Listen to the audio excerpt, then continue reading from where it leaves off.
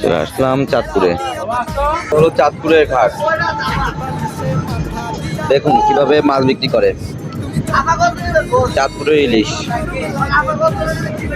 ডেকে ডেকে বিক্রি করতেছে।